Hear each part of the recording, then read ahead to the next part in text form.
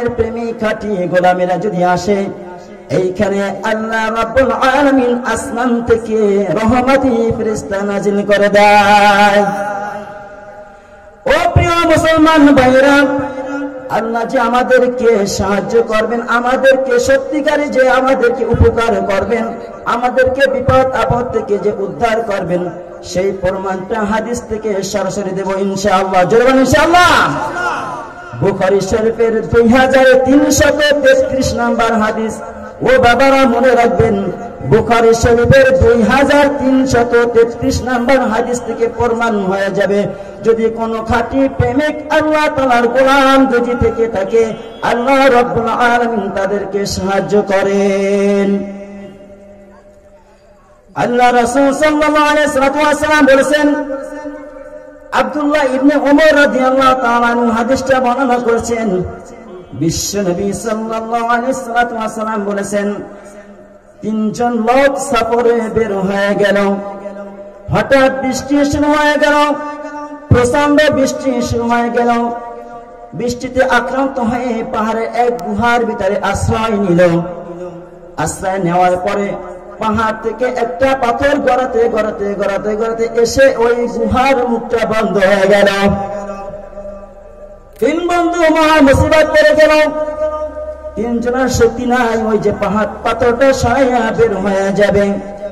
তিন বন্ধু পরিকল্পনা করলো, দেখো আমরা যে গুহার ভেতরে আটকে পড়েছি, আমাদের শক্তি সামর্থ্য কোনোটাই নাই, এই পাথর সরাইয়া বের হয়ে যাব। আমরা আল্লাহ রাব্বুল আলামিনের কাছে ফরিয়াদ করি, কার কোন আমলটা আল্লাহর কাছে পছন্দ হয়, কোন কাজটা আল্লাহর ভয়তে করেছো, সেই উসিলা করে আল্লাহ রাব্বুল আলামিনের কাছে ফরিয়াদ করো। নিশ্চয় আল্লাহ রাব্বুল আলামিন আমাদেরকে এই গুহার মুখ থেকে পাথরটা সরাইয়া আমাদের বিপদ মুক্ত করে দেবেন। ও মুসলমান ভাইরা, ঈমান যদি থাকে আর খাঁটি মনে যদি আল্লাহকে ডাকতে পারি, আল্লাহ আমাদেরকে সাহায্য করবেন।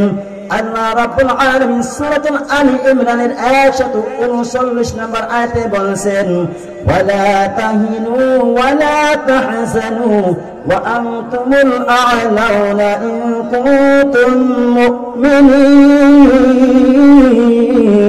আল্লাহু আকবার।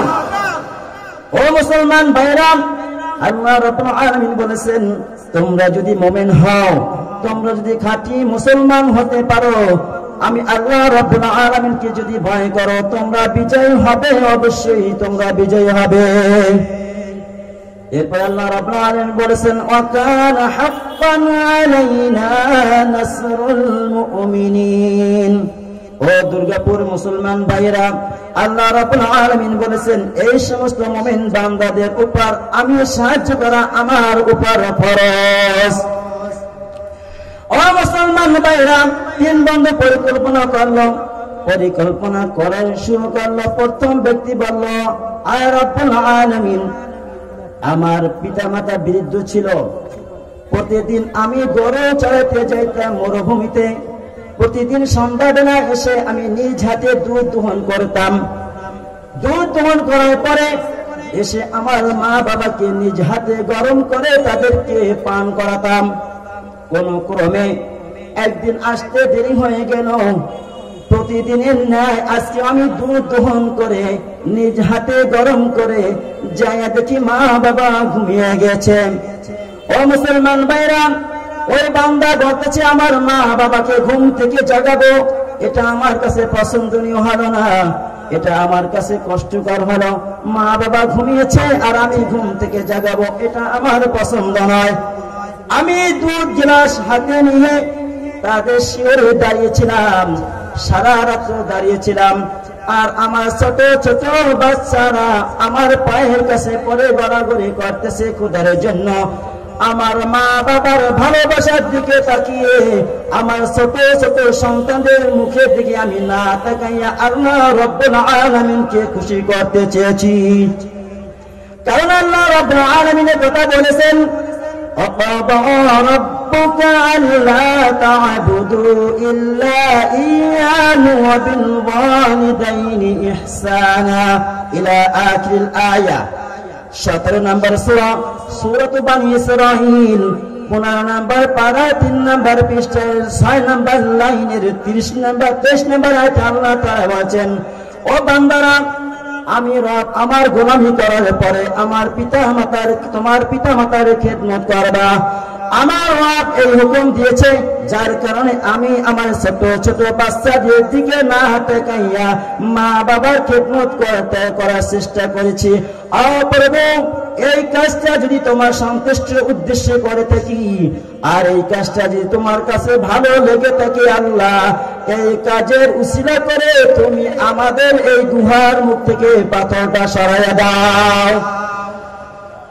বান্দার বলতে দেরি, ওখান থেকে পাথরটা কিছু সরে গিয়েছে। সরে যাওয়ার পরে সূর্যের আলোটা তাদের ভিতরে প্রবেশ করল। একজন দোয়া আল্লাহ কবুল করেছেন, দ্বিতীয় ব্যক্তি দোয়া শুরু করলো, আল্লাহ আমি একটা কাজ করেছিলাম তোমাকে স্মরণ করে, তোমাকে ভয় করে। ও আমার প্রভু, আমার একটা চাচাতো বোন ছিল, যে রকমের পুরুষেরা অন্য নারীদেরকে ভালোবাসে, আমিও সেই রকমের আমার চাচাতো বোনকে ভালোবাসতাম, কিন্তু বরং তার থেকে বেশি ভালোবাসতাম। আমি একবার আমার চাচাতো বোনকে প্রস্তাব দিলাম জিনা করার জন্য। আমার চাচাতো বোন রাজি হলো না। তিনি বলছে, ও আমার ভাই, আমার সাথে যদি এই খারাপ কাজ করতে চাও 100 দিনার নিয়ে এসো, তারপর আমার সামনে আসো।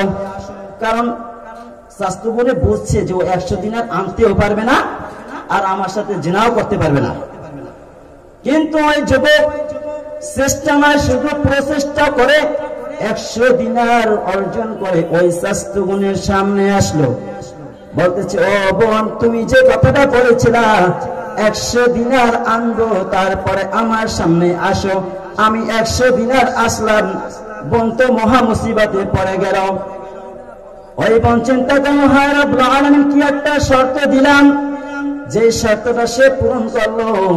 আল্লাহ, তুমি আমার একটা উপায় খুঁজে দাও, উপায় বের করে দাও, আমি যদি এই জিনা থেকে বাঁচতে পারি।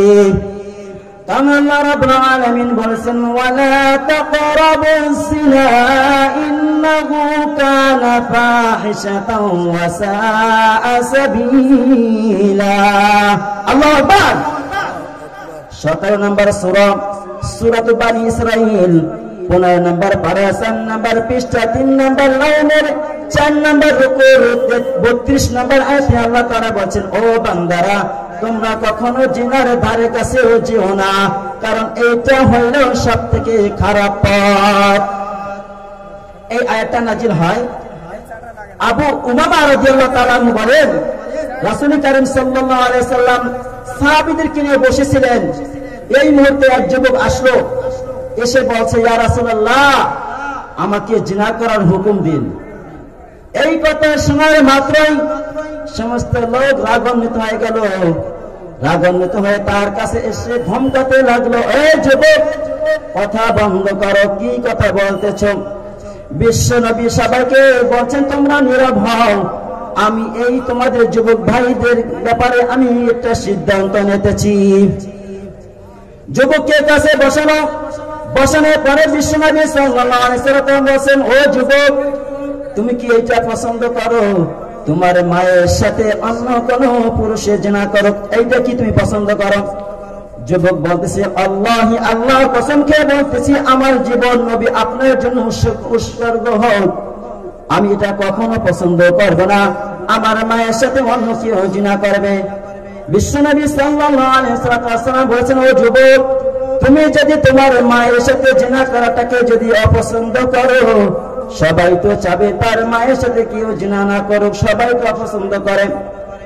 যুবককে দ্বিতীয়বার প্রশ্ন করলো, ও যুবক, তোমার মেয়ের সাথে অন্য পুরুষেরা, অন্য যুবকেরা জিনা করুক, তুমি কি পছন্দ করবা? যুবকে এক কথাই বলছে, আল্লাহ তুমি সাক্ষী, আমি বিশ্ব নবীর সামনে বসা, আমার জীবন রাসূলের জন্য উৎসর্গ হোক, আমার বোনের সাথে জিনা করবে, আমি এই জিনিসটা পছন্দ করি না।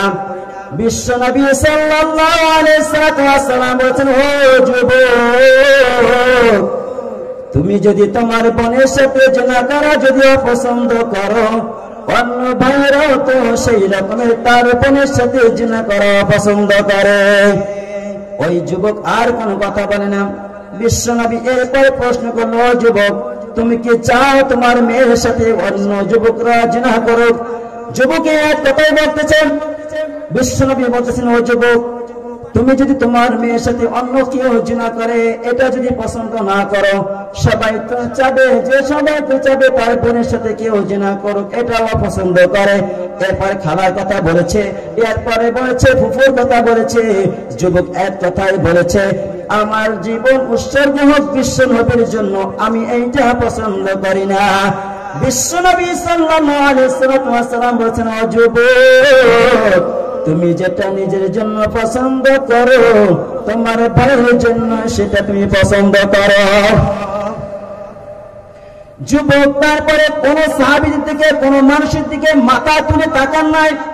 বিশ্বনবী বলতেছেন, এই সাহাবী নরম হয়ে গেল। আর ওই সাহাবীর ওই যুবকের গায়ে হাত দিয়ে আল্লাহ রাসূল সাল্লাল্লাহু আলাইহি ওয়াসাল্লাম দোয়া করেছেন, আল্লাহ তুমি এই যুবককে তোমার ইসলামের জন্য কবুল করে নাও, আর তুমি তাকে ক্ষমা করে দাও, আর তার লজ্জা স্থানকে তুমি হেফাজত করো। আল্লাহু আকবার।